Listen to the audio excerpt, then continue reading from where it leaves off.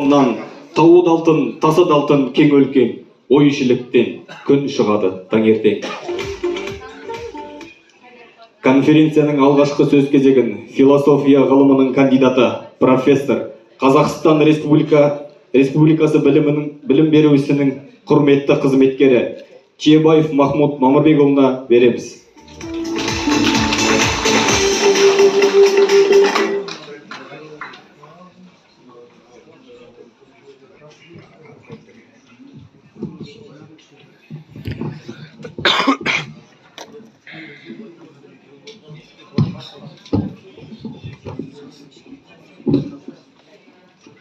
Ассаламағалейкум, қадірлі тоғысқан ұрпақтары, қандас туысқандар, жерлестер, елім, халқым деп, осы қазақ даласының тегістігіне, амандығына үлес қосқан қан тоғыстың ұрпақтары, бүгінгі ақ түйенің қарны жарылған ұлыстың ұлы күні барлық қазақ еліне, қазақ жұртына, қазақ халқына, соның бір бөлшегі болған Найман Қаракерей Бәйжігіттің ұрпақтары, Жұмық Тоғас Мәмбеттің ұрпақтары, бүгінгі салтанатты шараның куәсі болып отырған ағайындар, той құтты болсын, еліміз аман, жұртымыз тыныш болсын.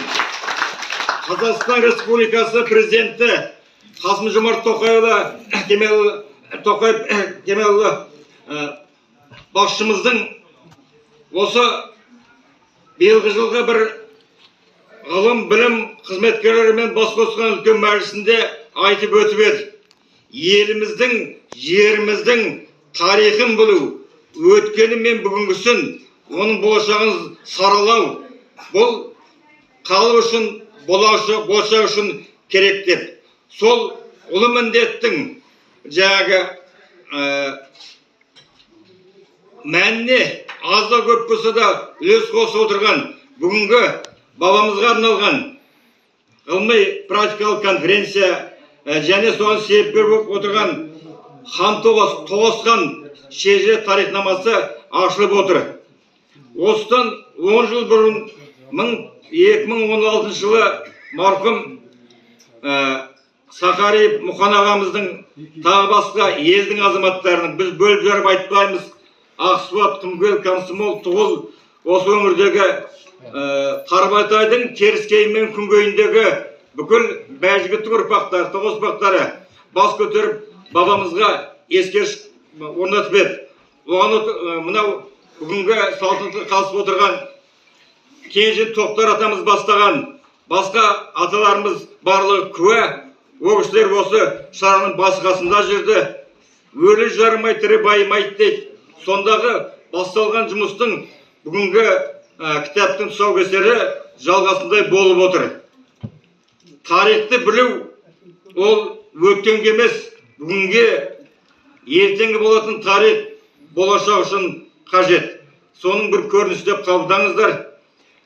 Бүгінгі жаңа кітапты Бісміллә деп, мен қағаз нұсқасын көргем, бірақ мына нұсқаны бірінші ұстап отырмын. Оған бұл кітапты алып келген мынау Ерланбек бауырым, Елғазы бауырым, Аян бауырымыз барлық істің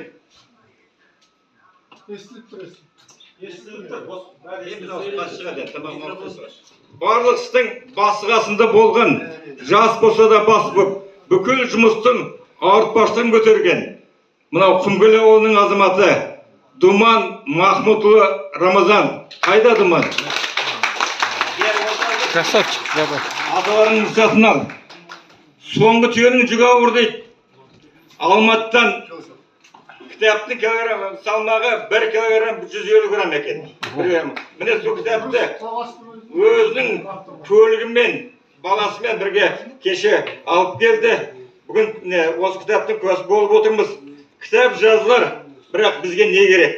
Бізге керегі өткен тарихымыз, оның бүгінгісі, болашақ ұрпағы, мен кім болдым, қайдан шықтым, қайдан келдім сұраққа жауап беретін кітап болар. Рахмет бауырым.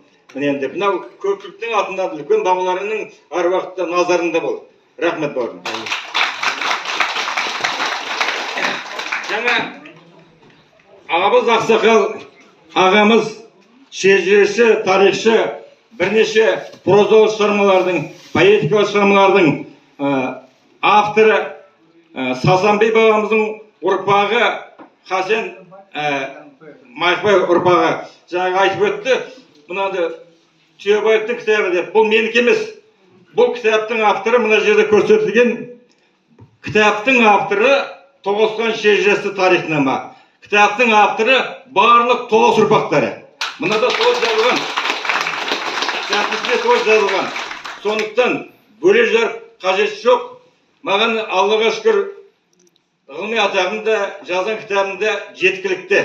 Бастаған кезде алғаш уақытта осыны айтқанбыз. Жігіттер, бірлесіп жұмыс істейік. Азы көпті қолымыздан келетін болса, басымызда біраз ой пікір болса, бірлесіп жұмыс істейміз деп. 5 жыл бұрын басталып еді, соның мәресі, мәртебесі бүгін болып отыр. Бұған енді жеткен де бар, жетпеген де бар деп айтуға болады. Шәкәрім Қажының мынандай өлең бар екен. Бұл ән бұрынғы әннен өзгеше деп. Біздің кітабымызда бұрынғы кітаптардан өзгеше емес шығар. Бізде көп жаңалық ашқанымыз жоқ. Бірақ жалпы осы Тоғас Бәйжігіт балажылар туралы, Жұмық Мәмбет Тоғас туралы, Әсілі Тоғас туралы жинақталған еңбек екені шындық. Оны біздің достарымыз да, басқалар да мойындағысы келсе де мойындайды, мойындағысы келмесе де мойындайды. Өйткені біз өзіміз